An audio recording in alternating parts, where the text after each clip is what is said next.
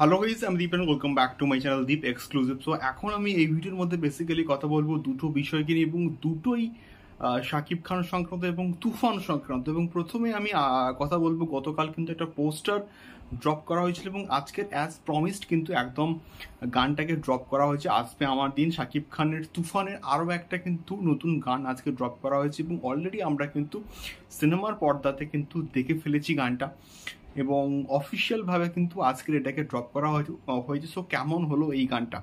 আমি বলবো দুর্দান্ত কিন্তু একটা গান হয়েছে এবং বিশেষ করে যেভাবে সেট ডিজাইন করা হয়েছে এবং বারবারই আমি কিন্তু মোটামুটি প্রশংসা করছি তুফানের প্রত্যেকটা লোকেশনস এবং সেট ডিজাইন এবং ক্যামেরার কাজ দারুণ হয়েছে এবং যেটা তুফানকে অন্যান্য বাংলাদেশের সিনেমার থেকে কিন্তু সম্পূর্ণভাবে আলাদা করে।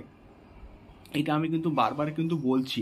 তো এক্ষেত্রেও সেট ডিজাইনটা কিন্তু খুব ভালো হয়েছে এবং গানের যে লিরিক্সটা তোমরা একদম প্রথম থেকে শোনো একদম শেষ অবধি, গানের লিরিক্সটা আমাদের বাস্তব জীবনের সঙ্গে অনেকটা কিন্তু ম্যাচ করে যায় এবং আমরা চাই আমাদের বর্তমানে আমাদের কাছে হয়তো টাকা পয়সা নিয়ে পকেট ফাঁকা এবং এটা আমরা আশা করি যে ইন ফিউচারে ভবিষ্যতে আমাদের কাছে অনেক টাকা আসবে এবং আমরা অনেক খুশি হব, আনন্দে মানে ভাসবো। এই যে ব্যাপারটা গানটার মধ্যে যেভাবে দেখানো হয়েছে সেটা সত্যি বলতে দেখবার মতন এবং প্রশংসার যোগ্য এবং বিশেষ করে লিরিক্সটার জন্য আমরা কিন্তু আমার গানটা বেশ ভালো লেগেছে এবং সেখানে শাকিব খানের যেভাবে ডান্স করছে, নাচছে এবং তার এক্সপ্রেশনস গানটাকে বস আলাদা কিন্তু একটা মাত্রা দিচ্ছে এবং যেটা আমার দেখে কিন্তু বেশ ভালো লেগেছে। এবং যদিও আমরা বড় পর্দাতে গানটা দেখে ফেলেছি এবং যারা এখন অব্দি তুফান দেখেনি তাদের কাছে কিন্তু এই গানটা একটা বিরাট বড় কিন্তু সারপ্রাইজ হবে। আমার গানটা ব্যাপক লেগেছে এবং বিশেষ করে গানটা এমন জায়গায় প্লেস করা হয়েছে সেটা সত্যি বলতে দারুণ।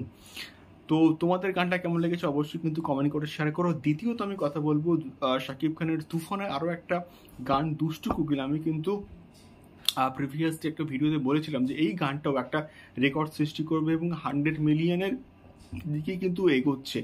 তো এখন বিষয়টা হচ্ছে এটা দুটো চ্যানেল অর্থাৎ চরকি এবং SBF মিলিয়ে, চরকিতে তো প্রায় 73 মিলিয়ন ভিউজ হয়েই গেছে এবং হচ্ছে এবং আমাদের এসবিএফে প্রায় 27 মিলিয়ন। তো চরকি এবং SBF মিলিয়ে দুষ্টু কোকিল যে গানটা, এই গানটা কিন্তু 100 মিলিয়ন ভিউজ ক্রস করে গেল অল অ্যাক্রস দ্য ইউটিউব এবং আমি তো ফেসবুক ছেড়ে দিলাম এবং ফেসবুকে তো আরও অনেক অনেক ভিউজ এসছে।